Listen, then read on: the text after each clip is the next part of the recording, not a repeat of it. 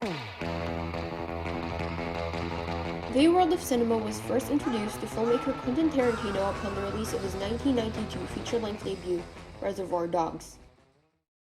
He then followed with his 1994 film, Pulp Fiction. Since then, Quentin Tarantino has been one of the most recognized directors in the industry, with fans praising his art to the point of overestimation. So much gruesome, graphic violence. Why not let us imagine Because it's so much fun, Jan. Get it? And critics criticizing his artistic choices to the point of invalidation. But why does Quentin Tarantino cause this much polarization? Because he is an auteur.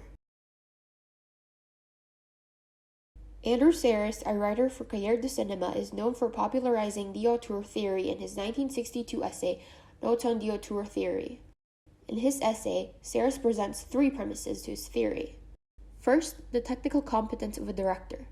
This means that in order to be a great director, one must understand every element of filmmaking. If the director doesn't understand, then he is simply the man that yells action and cut.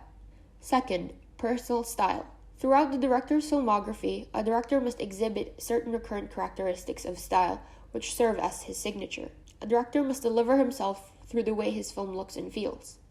The third and ultimate premise is interior meaning, and what Sarris calls the ultimate glory of cinema as an art. It is the artist's journey in making sense of the world around him through his craft. The presentation of an artist's interior meanings are realist in nature as they do not impose, they simply display themselves. It is ambiguous in any literary sense, as this allows the audience freedom to choose what resonates deeply for the artist and project what resonates deeply for them. Pulp Fiction is a crime film written and directed by Quentin Tarantino. As the title suggests, it consists of three different stories inspired by the pulp genre.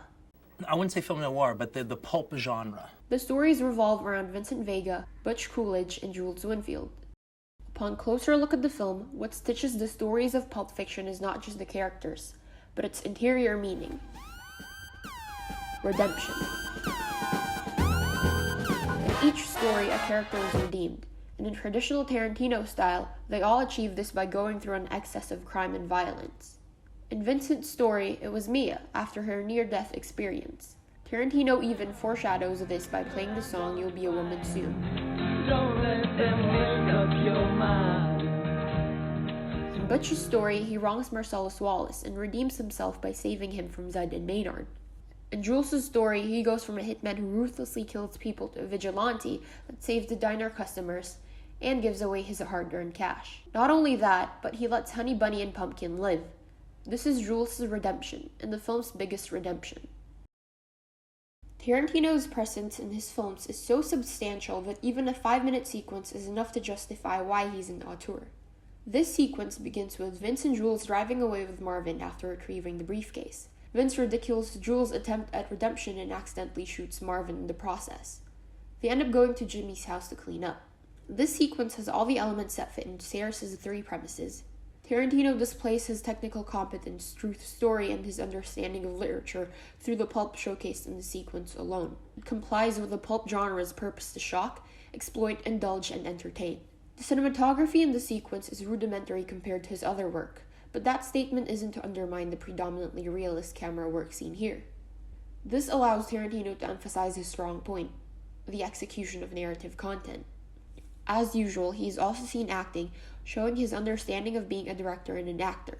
In terms of style, the same elements found in his other films are evident in Pulp Fiction. Non-linear storytelling, crime, excessive violence, references to pop culture, and...